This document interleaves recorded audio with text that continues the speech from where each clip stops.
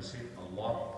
Indeed, Allah does not change the condition of people until they change what's in their own selves. This is the first ملمح من ملامح التغيير. Talk about two characteristics of a تغيير, two patterns, if you like, of a تغيير.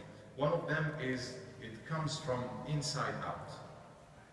The right, if we want to make a right change, تغيير towards the, or change towards the best, towards the better of individuals, communities, nations, it should be from inside out. Inside out, not the other way around. This is what Allah subhanahu wa ta'ala first of all adopted. Because Allah subhanahu wa ta'ala, He said in the Quran, لو شاء ربك لجعل الناس أمة واحدة ولو شاء ربك لآمن من في الأرض كلهم جميعا. If you will, talking to Nabi sallallahu alayhi wa sallam, if your Lord wills, He would have made all people believers. That's from outside in. Just create them believers, like angels. But He doesn't intend that. He wants it to be from inside out. He wants believers to make the decision to accept Him, to believe in Him subhanahu wa ta'ala. And that was the same way for Nabi sallallahu alayhi wa sallam. Nabi sallallahu alayhi wa sallam for 13 years in Mecca, at certain points it was the Sahaba who requesting him, Ya Rasulullah, we should fight back, let's fight back. We at least defend ourselves. And he said sallallahu alayhi wa sallam, in all of these occasions, no. He would see them worship Al-Uzza, the Manaf, all of these idols in front of his eyes, and he's from a big tribe. And if he wanted ﷺ not even to challenge them, he would have made something like what Sayyidina Ibrahim alayhi did. He would ask some of his followers, if he doesn't want to do it himself, yaksir al-Uzza, yaksir, to break one of those idols, but he never did it ﷺ. None, not even a single situation that he did this sallallahu alayhi wa sallam. Why? Because this is not the right way he changed people ﷺ. He wanted them to change from inside. Actually, it was way at the end of the da'wah time, when he came back to Mecca. At what year was this? He came back to liberate Mecca. 8 of Hijrah, right? So he came, that's how many years after he became a prophet. He became a prophet ﷺ at the age of 40, and he stayed in Mecca for 13 years. And then in Medina for 10 years. 8 years after Hijrah, which is 8 years, plus 13 years, 21 years of his da'wah sallallahu alaihi wasallam.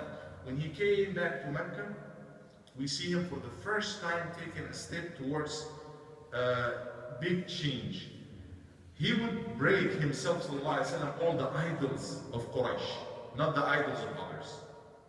He wanted those others to break their own idols. He sent Khalid ibn Walid to break the same idol that he, his father, grandfather, and forefathers used to worship. Al-Uzza.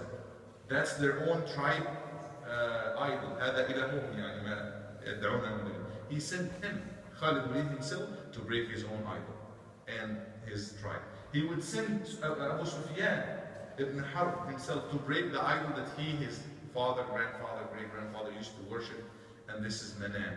He would send Abdullah ibn Jarir al-Bajali to break his own idol and his own tribes. That is the real change. Those people, after changing like that, they will never come back. They will never come back. And that's probably, this is the philosophy of history. If you look at, why big countries that turn to be Muslims after being Buddhist or idol worshippers or anything, and then after Islam recedes, being the power to control everything, Islam is gone. Muslims, it's not anymore the power that's ruling, but Islam remains there. In India, for example, Islam ruled over India for centuries, but now Islam is gone and Muslims become minority, but we still see Muslims. In China, certain parts of Western China, and elsewhere. Why? Because Islam, the philosophy of changing Islam is from inside out. Inside is the most important, and that's probably what gives us more understanding of why Nabi sallallahu alaihi wasallam, when Ammar ibn Yasir would come to him and he says kalimat al-kufr, they forced him to insult the Prophet sallallahu alaihi wasallam and insult Allah with his tongue, after putting pressure on him and persecuting him. But the Nabi sallallahu alaihi wasallam said, how do you find كيف تجد قلبك? How do you find your heart? What's inside? Tell me what's inside. I don't really care. Even if you say Muhammad is such and such bad words, Allah such and such, Islam is such and such, being forced to do so. He doesn't care about that. And he even tells him, sallallahu alayhi wa sallam, فَإِنْ عَادْنِي قَالَ مُطْمَئِنٌ يعني my heart is fully assured, and I have faith, and I have full faith in there.